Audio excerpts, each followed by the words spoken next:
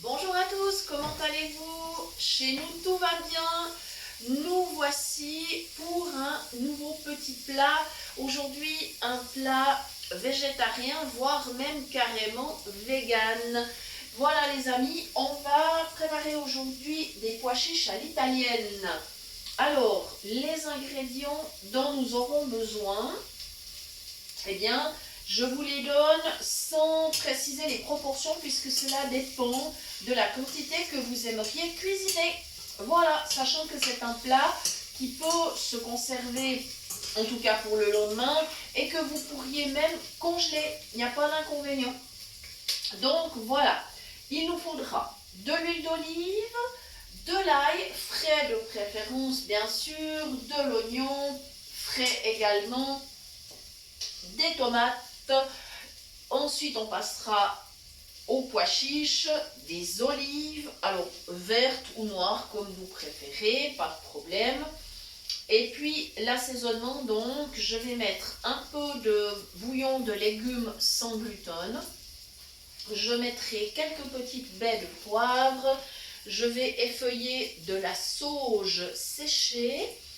Et je mettrai une petite goutte de vin blanc et une petite goutte d'eau pour laisser mijoter. Voilà, donc notre plat finalement, il est simple à préparer. Comme ça, on a passé en revue tous les ingrédients. Voilà, donc déjà, dans la casserole, j'ai fait revenir de l'ail et de l'oignon. Ça se poursuit tout gentiment. Je vais baisser un petit peu pour aller vers du feu doux pendant que je prépare mes tomates et que je les coupe. Alors évidemment, nous sommes en hiver. Si vous n'avez pas la possibilité ou si vous ne souhaitez pas utiliser des tomates fraîches, eh bien, vous pouvez tout à fait utiliser des tomates pelées en boîte. Voilà. Moi, je dirais que tant que c'est possible, j'aime encore bien utiliser de la tomate fraîche. Mais évidemment, c'est peut-être pas forcément évident. Voilà. C'est un plat que vous pouvez faire en fait un peu en toute saison. Évidemment que l'été, les tomates donneront leur pleine saveur, hein, on est bien clair là-dessus. Donc voilà, je viens de couper déjà en deux une tomate. J'ai enlevé bien sûr la petite partie du cœur, mais j'ai enlevé très peu parce que ces tomates sont bien en chair et il n'y a vraiment pas de problème. Voilà. Alors donc c'est un plat, comme je vous l'ai dit, végétarien, qui sera bien équilibré puisque nous aurons, avec le pois chiche, nous aurons quand même des protéines végétales certes, mais des protéines quand même. Nous aurons bien sûr des fibres avec les pois chiches plus la tomate, les légumes. Nous aurons donc des fibres, ça c'est intéressant pour la digestion. Nous aurons l'élément gras qui est donc l'huile d'olive. Alors bien sûr on n'exagère pas.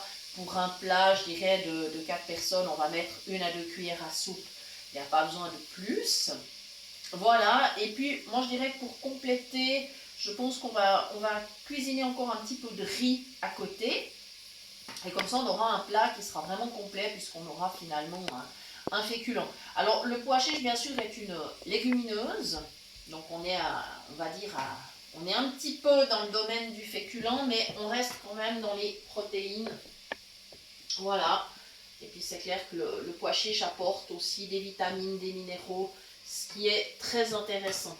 La tomate, quant à elle, bien sûr, est riche en vitamine A, vitamine C, d'autres vitamines également, des minéraux, bien sûr. Voilà.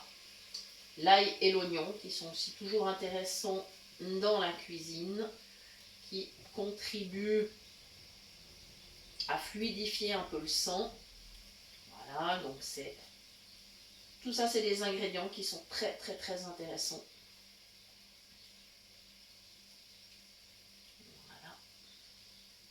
Voilà, ça va très vite en fait de couper les tomates. Alors bon, moi je le fais à la main comme ça. N'hésitez pas, si jamais, à prendre la planche, comme je vous le dis toujours. Voilà. Et évidemment, j'ai pris la précaution de baisser le feu afin de ne pas me brûler puisque je me positionne au-dessus de la casserole pour couper mes tomates. Voilà. Donc il vaut mieux travailler prudemment, ce qui fait que j'ai fait revenir d'abord l'ail et l'oignon, et là j'ai baissé le feu. Et on repartira tout à l'heure, on pourra remonter la chaleur, puisque de toute façon on n'est pas pressé. Voilà, on a le temps. Alors je profite évidemment de la préparation de ce plat pour remercier encore une fois toutes les personnes qui nous soutiennent, qui partagent notre travail. Vous êtes de plus en plus nombreux, donc je vais citer les groupes Facebook, bien sûr, la page Cuisine du bout des doigts, la bibliothèque sonore Romonde, l'association Phoenix, Génération Web et la presse qui a été vraiment super sympa avec nous, qui nous a consacré des articles pour faire connaître notre travail, qui est bénévole, hein, je le rappelle. Donc, je remercie le journal 24 heures, le journal La Liberté et le Blic, qui ont relayé donc notre démarche, et nous les en remercions beaucoup. Voilà, super, mes tomates, c'est ok, je crois que j'ai tout préparé, je vais aller vérifier ça. Ah ouais, c'est bon, il m'en reste pas. Je m'occuperai des épluchures tout à l'heure, il n'y a pas d'urgence. Voilà, on va avoir un plat qui a du goût. Alors bien sûr, c'est un plat avec des saveurs à l'italienne. Aujourd'hui, j'ai choisi la sauge. J'aurais tout à fait pu, bien sûr, mettre du basilic. Ça aurait été bien sûr possible, mais je dois vous dire que je n'en ai plus. J'ai tout utilisé ce que j'avais récolté pendant l'été. Et donc, il me reste pas mal de sauge. Par contre, heureusement, des amis m'en ont donné. Ce qui fait que c'est absolument super. Voilà. Et c'est vrai que la sauge dans la cuisine italienne, hein, vous savez qu'en Italie, on l'utilise par exemple dans des sauces pour accompagner les pâtes. Et puis bien sûr dans la célèbre saltimbocca. Voilà. Mais aujourd'hui donc pas de viande. On est sur une recette végétarienne. Voilà. Puisque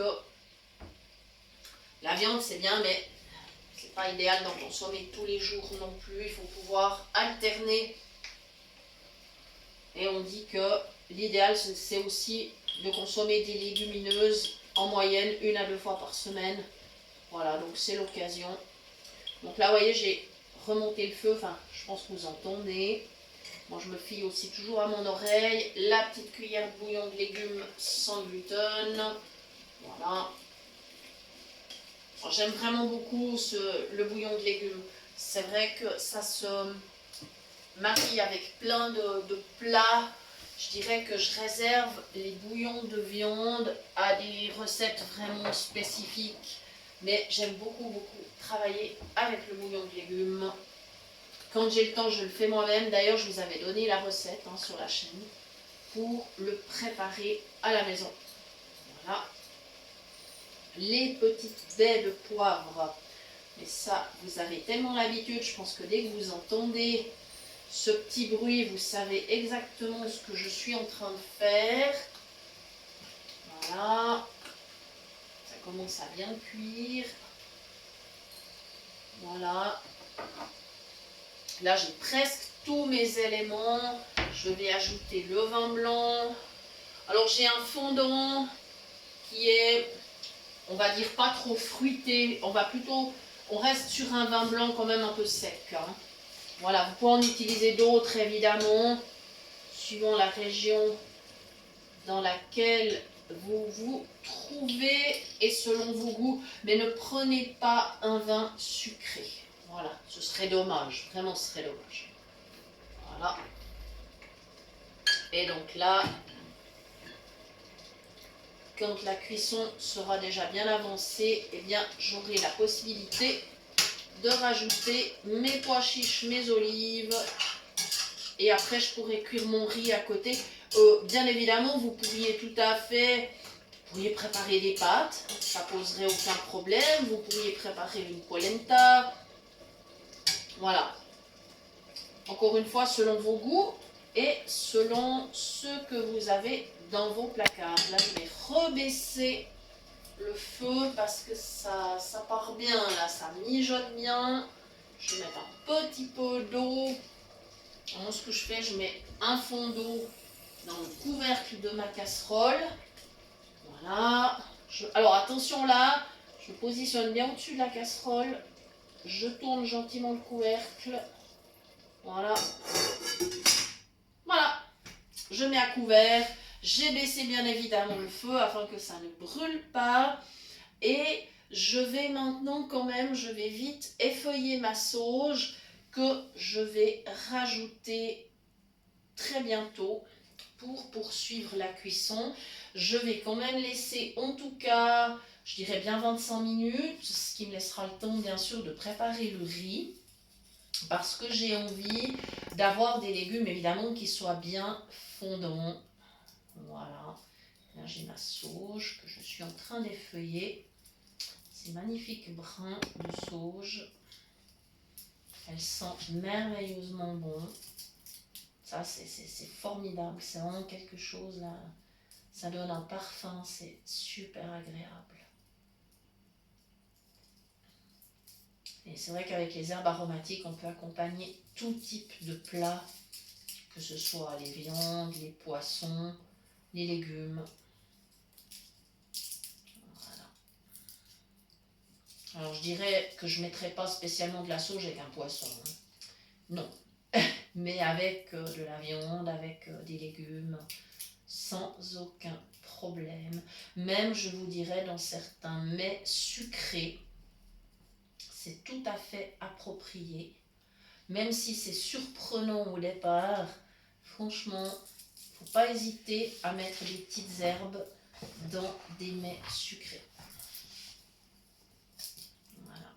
Et puis les petites herbes vous apportent aussi leur bienfait. Voilà, si on les utilise régulièrement, elles apportent aussi leur qualité. Voilà, j'ai mes petites feuilles de sauge, je vais les prendre dans la main. Voilà, donc elle est bien sèche, hein, vous entendez, elle craque, elle est bien sèche, mais vraiment, elle a un parfum magnifique. Voilà. La sauge qui vient du jardin de nos amis. Et hop là! Voilà. C'est bon. Voilà, ça continue de mijoter. Eh bien, il ne restera plus qu'à ajouter les pois chiches, les olives et d'aborder maintenant la cuisson du riz. Voilà les amis, on a fait le tour. Petit conseil encore, puisque justement j'ai vu le marchand de vin ce matin, je lui ai parlé de ce plat, je lui ai dit mais qu'est-ce que je pourrais bien accorder comme vin, et j'avais pensé à un Chianti. Il me dit oui, pas de problème. Il m'a dit également le Primitivo, ça tombe très très bien puisqu'on a du Primitivo à la maison. Donc voilà, on aura le plaisir en plus d'accompagner avec un vin qui sera bien associé. Voilà, donc merci. Merci aussi à notre marchand de vin. On sait qu'ils suivent la chaîne, donc voilà, on les remercie aussi. Et puis, on vous dit à très bientôt. Bien sûr que vous pouvez toujours nous contacter avec l'email de la chaîne cuisinepratique@mail.ch et nous vous répondrons avec le plus grand plaisir dans un délai raisonnable, en principe 2 à 3 jours pour la réponse. Voilà. Merci infiniment de nous avoir suivis. À très bientôt pour de nouvelles idées cuisine. Merci.